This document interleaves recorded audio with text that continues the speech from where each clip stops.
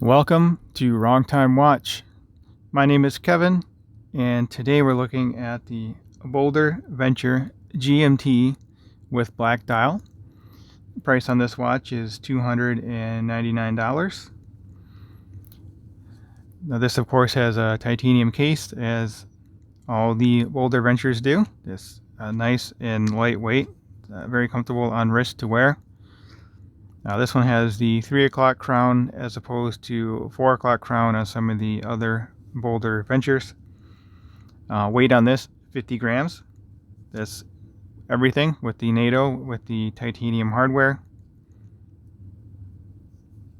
So very nice and lightweight watch to wear. You almost don't even realize you have it on wrist. This NATO feels nice and soft as compared to some of the other NATOs they have are a little bit stiffer. So I think this has been toured around a little bit, so perhaps the NATO has broken in more nicely than being fresh out of the box. As you can probably tell, this has a quartz movement, which kind of trips me up a little bit. I'm so used to wearing an automatic or a mechanical watch, seeing the second hand tick every second kind of throws me off a bit. So this has the Swiss Ronda Quartz 515.24H GMT movement, rated to 200 meter water resistance, has a screw down crown. Also the case back is screwed on as well, or a screwed down case back. Here's a look at the back of this one.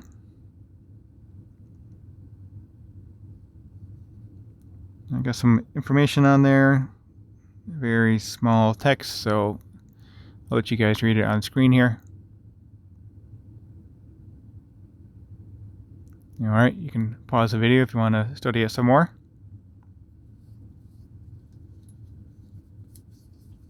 I really like the shape of this case and the way that the strap comes up and over through here.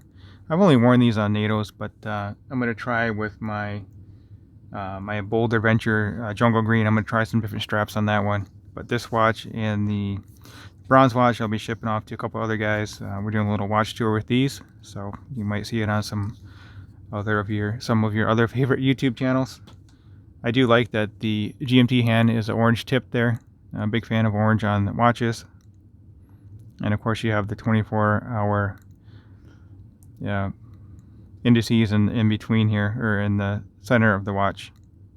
Those are not loomed, but the indices are on the outside, and the large Arabic numbers are loomed, which we'll see towards the end of the video. As I mentioned, this is a screw down crown, and it is signed as well. There's a BOLDR logo there. Drilled lugs, which I do appreciate. Make it easy to change out the strap on these. Well, NATO strap is really easy, you just slide it in and out. So the dial is a printed matte dial with Japan Super Lume for the Lume. You zoom in a little bit, but not really so much to see here. It's just a simple printed dial. No texture on that dial. It is a flat sapphire crystal with AR, anti-reflective coating.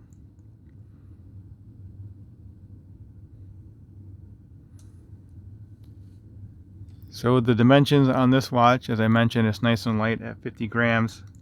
Lug to lug, I measured at 44.1 millimeter. It's a little bit angled here. The case diameter, 38. So I would call it, yeah, it's a small watch. Maybe it's a mid-size, but it's not too bad of a size. Definitely adds to the lightweight, or aids to the lightweight, I should say. Thickness on it is 12 millimeter. On the website, they hit it at 14. Perhaps that's with the NATO strap. I'm not sure, but it is 12 millimeter, just the case itself. 20 millimeter lug width, and the crown on it is a little small at 6 millimeter, but being a quartz watch, you're really not going to mess with it that much. Perhaps if you go to a different time zone. And I have not actually messed with this, so let's see how it works. It's not the right time anyway.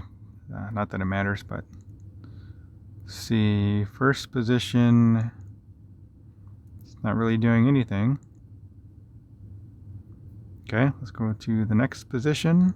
Perhaps this will move the GMT hand. Yep. So GMT hand's moving around. Turning it that way doesn't do anything.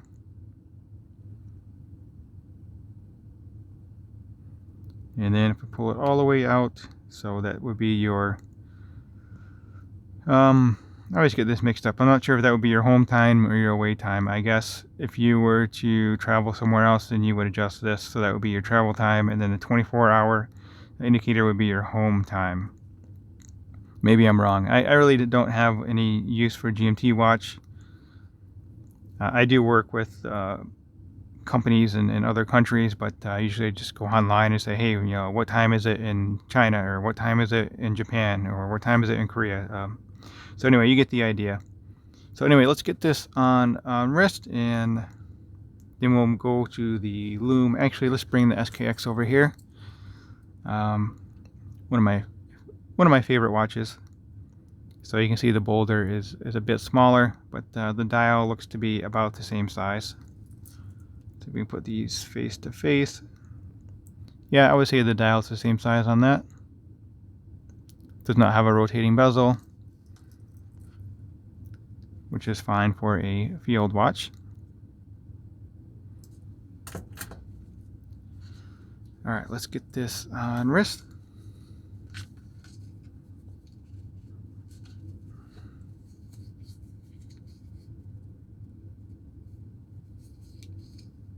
So plenty of room on this NATO strap.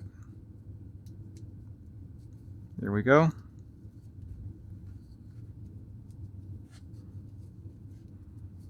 Pull it back down through here. And there we go.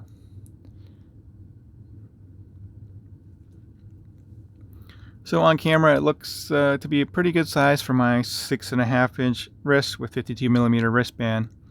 And again, lug to lug on this, I measured at 44.1 millimeter. And then we'll zoom out. Sorry, I got a mess on the desk. We'll see if I catch that when we zoom out or not. I don't know. Never know what you'll catch with the camera here.